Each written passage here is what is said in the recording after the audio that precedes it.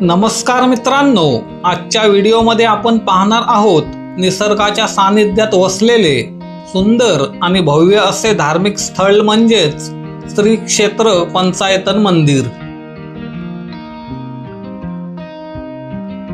या मंदिराचे सर्वात मोठे वैशिष्ट्य म्हणजे एकाच परिसरात 5 प्रमुख देवतांची मंदिरे असून त्यामुळे या ठिकाणाला पंचायतन मंदिर म्हणून ओळखले जाते।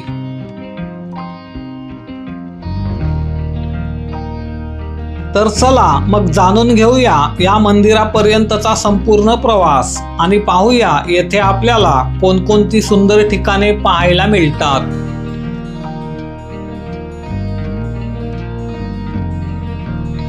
दांडफाट्यावरून कर्जतकडे जाताना सुमारे 3 किलोमीटर पुढे आल्यावर डाव्या बाजूलाच आपल्याला कमान पाहायला मिळते।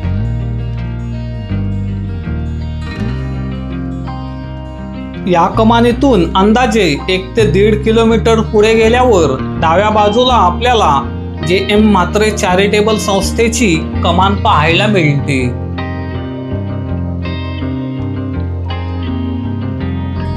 या कमानीतून प्रवेश केल्यावर उजव्या बाजूला आपल्याला पंचायतन मंदिराकडे जाणारा रस्ता लागतो।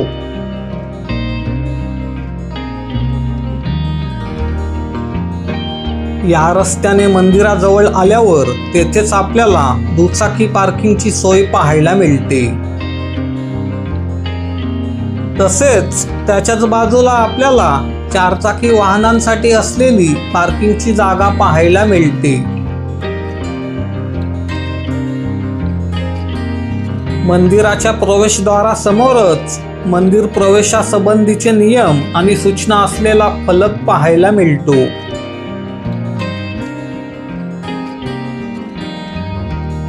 त्याच्या समोरच आपल्याला या मंदिराचे भव्य महाद्वार पाहायला मिळते।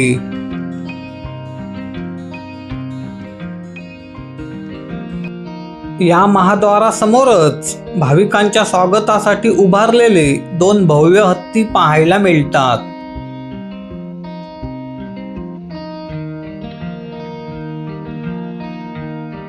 या महाद्वारातून प्रवेश करून पायऱ्या चढून वर आल्यावर समोरच आपल्याला भव्य दीपमाळ पाहायला मिळते।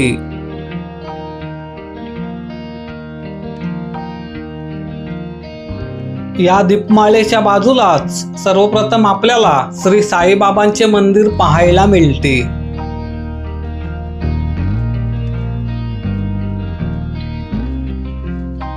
या मंदिराच्या प्रवेशद्वाराच्या दोन्ही बाजूंना आपल्याला द्वारपाल पाहायला मिळतात।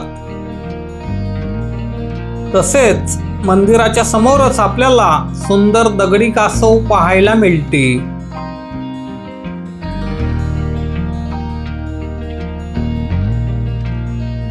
मंदिरामध्ये प्रवेश केल्यावर समोरच आपल्याला पांढऱ्या संगमरवरी आसनावर विराजमान असलेली श्री साईबाबांची दिव्य मूर्ती पाहायला मिळते।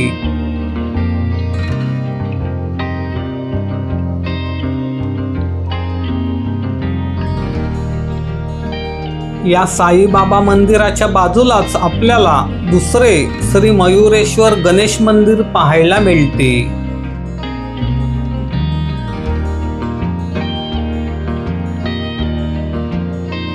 या मंदिराच्या प्रवेशद्वाराच्या समोरही आपल्याला द्वारपाल पाहायला मिळतात।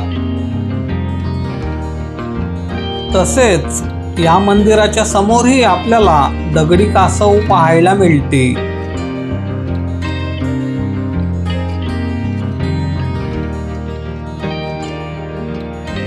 मंदिरामध्ये प्रवेश केल्यावर समोरच आपल्याला श्री गणेशाची प्रसन्न आणि तेजस्वी मूर्ती पाहायला मिळते।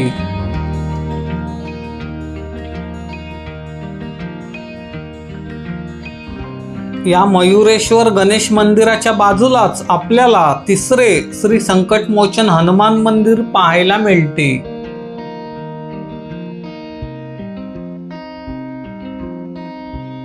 या मंदिराच्या समोर विराजमान असलेले 2 द्वारपाल मंदिराच्या भव्यतेत आणखी भर घालतात।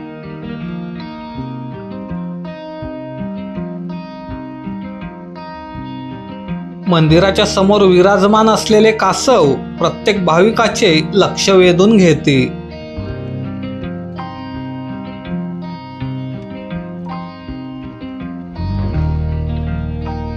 या मंदिरामध्ये प्रवेश करताच समोरच आपल्याला हातात द्रोणागिरी पर्वत धारण केलेली श्री संकटमोचन हनुमानांची दिव्य आणि तेजस्वी मूर्ती पाहायला मिळते.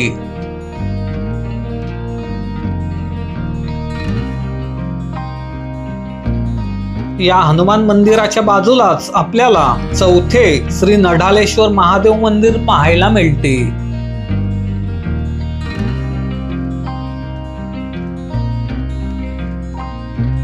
मंदिराच्या प्रवेशद्वारावर विराजमान असलेले द्वारपाल भाविकांचे स्वागत करताना दिसतात.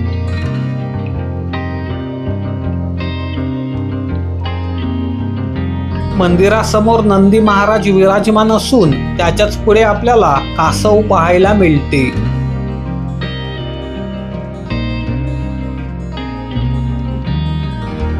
मंदिरामध्ये प्रवेश केल्यावर समोरच आपल्याला श्री नढालेश्वर महादेवांचे पवित्र शिवलिंग पाहायला मिळते.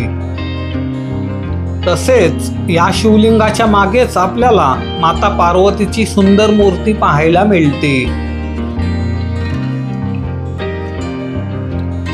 या नढालेश्वर महादेव मंदिराच्या बाजूलाच आपल्याला पाचवे आणि शेवटचे श्री भवानी माता मंदिर पाहायला मिळते.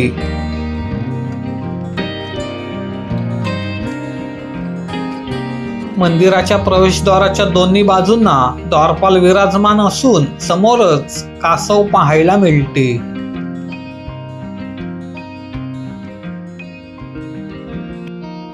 मंदिरामध्ये प्रवेश करताच समोरच आपल्याला श्री भवानी मातेची दिव्य आणि प्रसन्न मूर्ती पाहायला मिळते. भवानी मातेचे हे मनमोहक रूप भाविकांना मंत्रमुग्ध करते.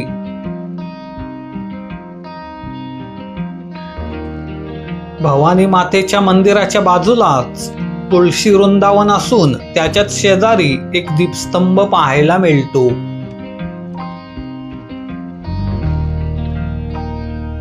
या दीपस्तंभाच्या शिखरावर श्री हनुमान विराजमान असल्याचे पाहायला मिळते.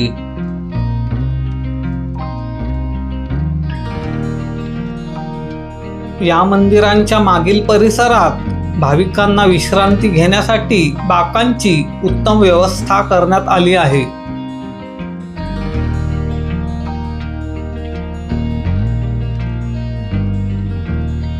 येथून आपल्याला सह्याद्रीच्या डोंगर रांगांचे विहंगम दृश्य पाहायला मिळते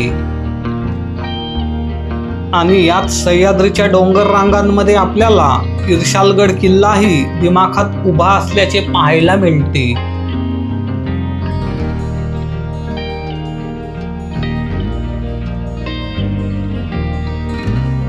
या मंदिराच्या शेजारून धावणारी कोकण रेल्वे या परिसराच्या सौंदर्यात आणखी भर घालते.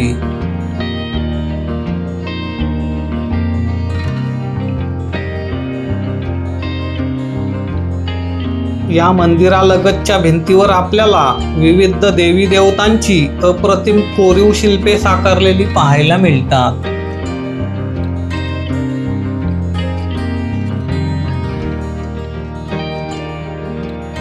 यामधील सर्वप्रथम आपल्याला श्री साईबाबा भक्तांसमवेत असलेले शिल्प पाहायला मिळते. त्याच्याच शेजारी श्री व्यास महर्षी गणपतीला महाभारत सांगतानाचे शिल्प पाहायला मिळते.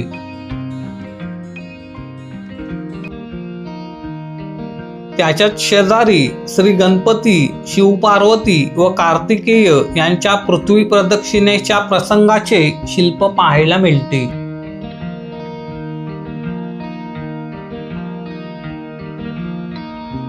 त्याच्याच शेजारी श्री सरस्वती माता आणि श्री काली माता यांची सुंदर शिल्पे पाहायला मिळतात.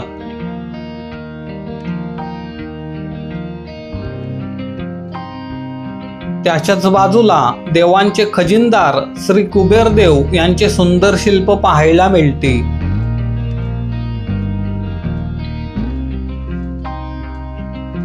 त्याच्याच शेजारी समुद्र मंथनाचे शिल्प असून पुढे श्री पंचमुखी हनुमानांचे सुंदर शिल्प पाहायला मिळते आणि त्याच्याच पुढे शेवटी योगेश्वर भगवान श्रीकृष्णांचे सुंदर शिल्प पाहायला मिळते.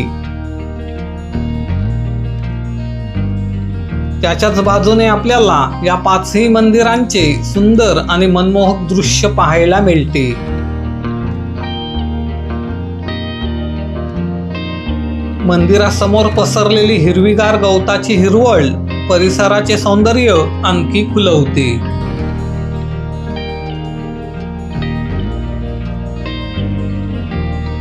या मंदिरांच्या समोरच जे.एम. म्हात्रे चॅरिटेबल संस्थेचे सभागृह पाहायला मिळते.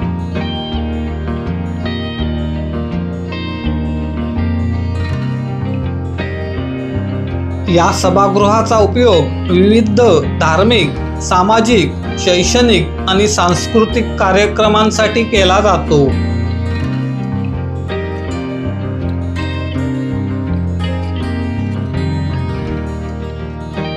विविध कार्यक्रमांमुळे हे सभागृह परिसरातील नागरिकांसाठी एक महत्त्वाचे केंद्र बनले आहे.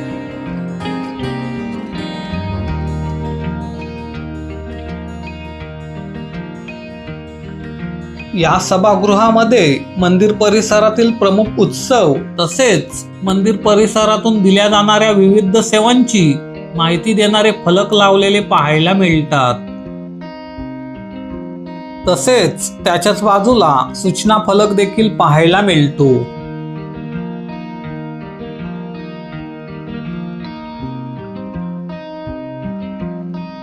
या सभागृहाच्या बाजूनेच पायऱ्या उतरून खाली गेल्यावर डाव्या बाजूला कॅन्टीनकडे जाण्याचा रस्ता लागतो.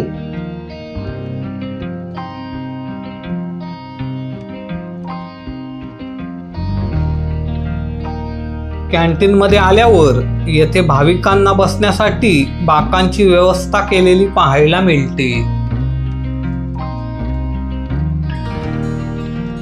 या कॅन्टीनमध्ये वडापाव आणि पाण्याची बाटली प्रत्येकी 15 रुपयांना मिळते. तसेच येथे आपल्याला चहा मोफत मिळतो. आणि अशा प्रकारे आपली पंचायतन मंदिराची सफर पूर्ण होते.